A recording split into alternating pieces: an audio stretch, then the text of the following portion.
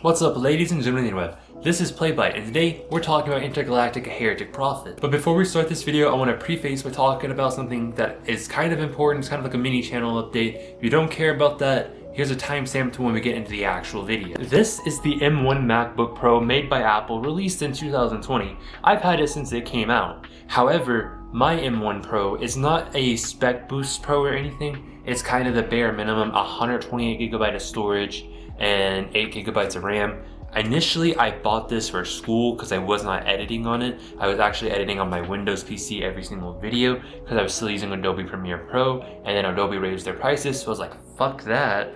We're gonna start using Final Cut Pro. However, I didn't upgrade Final Cut Pro for a very long time, and with the latest update, it's actually starting to struggle on my MacBook. So for this video in particular, we are going to be editing it via DaVinci Resolve. It's my first time using DaVinci Resolve, so if anything's wrong in this video, if audio is not to my normal quality, editing is not to my normal quality, lighting isn't to my normal quality, you're gonna know why. So one of the more interesting things that people noticed about Intergalactic was that it looked very familiar.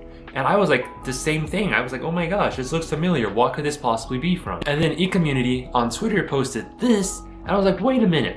That's what that was from. That was Jack 4 concept being brought into the new light. And I was like, whoa, my mind was blown once I saw that. It's really cool to see that Jack and Daxter's kind of having, you know, it's canceled Jack 4 game, very, very sad, I know, being brought back to life via a new game. And who's to say there's not going to be other Jack 4 concepts that come into Intergalactic?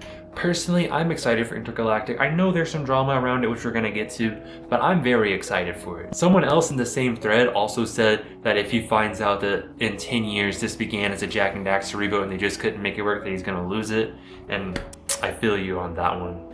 I feel you. If that happens, I'm going to make a very strong worded tweet or blue sky, whatever it is at the point in time that's actually being used. Gonna make a very lengthy post about that. But now onto the drama, which is the more meat and the potatoes of the video. So, Game Awards last Thursday, it came out, it got announced right at the end, Intergalactic. First thing people noticed was that it was a woman and not a man as the main character. And then, you know, there's all these product placements. I'm gonna be honest with you, when it popped up at first and I saw a Porsche, or I guess Porsche, if you want to be dramatic about it, I honestly initially thought that, okay, this is going to be a new Wipeout. Wipeout is back, let's go. And then one thing led to another, and then I was like, this isn't Wipeout, what is this? Explain. And then all the stuff came about, and I mean, we saw it was a Naughty Dog title up front, but I was like, maybe they have a side project doing Wipeout, but obviously that was a silly thought, so it didn't come out that way. But what did come out was all these product placements. We had Adidas shoes, Adidas Stambas that looked very similar to what Miles Morales wears in Spider-Man. We saw these really cool sci-fi CRTs, this jacket and everything, it looked like Akira. And then you had the CDs being played very much in an Akira style, and that was just really super cool. And I was watching it with my girlfriend, and we were just talking about like, yo, this game's gonna be hot, it's gonna be awesome. But then you get on Twitter and everyone's like, this game is woke, this game is not gonna be good, Neil Cuckman strikes again, all this silly stuff. And I was diving into it to try to figure out why exactly people are upset about it. And basically the whole thing it comes down to for why people are upset, they think that Naughty Dog's gone woke. I mean, people are saying this looks like Concord. I don't personally think that's the case. People have been saying, oh my god, Naughty Dog's woke now for like 11, 12 years. When The Last of Us had its DLC and it revealed that Ellie was gay, people were like, oh my god, they're woke. And then Last of Us Part 2 came out, same ordeal, oh my god, we're woke. And then, you know, this whole thing has happened over the last like year and a half, this whole discourse going on, and people are just saying this game's woke, and I don't understand it. Because they're saying it's woke because she's a woman and she's bald, so that means she's obviously going to be gay. And then it's a woman bounty hunter, and it's just, I don't understand the problem here. I really don't. This kind of reminds me of a couple years ago, well, really almost 10 years ago at this point. It'll be 10 years ago next year, when Aquaman was announced to be a movie, and then Jason Momoa was announced to be Aquaman, and then everyone was like, oh my god, they're woke. Why is Aquaman not ugly and albino? Like, what? And then Jason Momoa got all this hate, and then the movie came out, and now like you can't see anybody else as like the water Aquaman type figure. Even when Marvel came out with Namor and Black Panther, they had to find a way to make it akin to Jason Momoa to really just compete. And that was kind of an interesting little tidbit of that, in my opinion. And obviously things right now, it's, you know, politically it's very hot. Politically things are very divided. I mean, we just wrapped up the election in the United States. France is overthrowing their government. South Korea is going crazy. Syria gained freedom. Canada's about to become a state. It's a weird time to be alive. So naturally people are grouping themselves in these little groups, and then their favorite YouTubers are saying things, and then that becomes their opinion.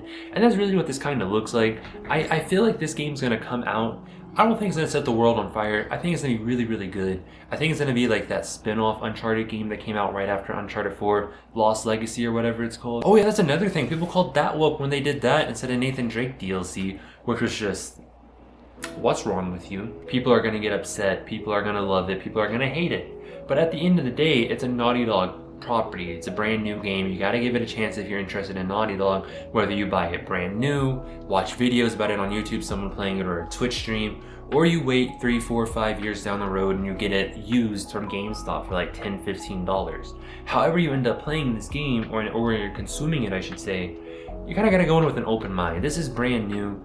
Obviously, this game's been in development now since 2020. Things were different then compared to now. Maybe if they brought it up right now starting development, maybe it would have been a man. Who knows? After Concord, you know Sony's hot on this stuff. They kind of don't really want it that much anymore.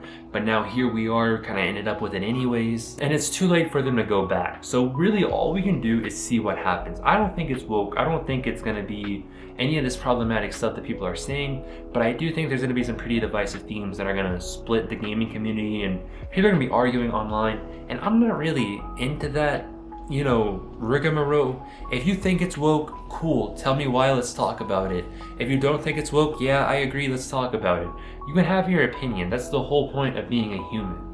So I don't really think it's one of those things we really need to be too concerned with, or just going after people saying, oh, you're a grifter, oh, you're a bad person, oh, this isn't woke, you're just some. Like, no, that's stupid. But if you had told me that 5 years ago when I was still living in the East Coast, I would have had a completely different, you know, voice about that, a completely different opinion. Obviously now living in Texas, I live in the most conservative, authoritative, right-wing place on the United States.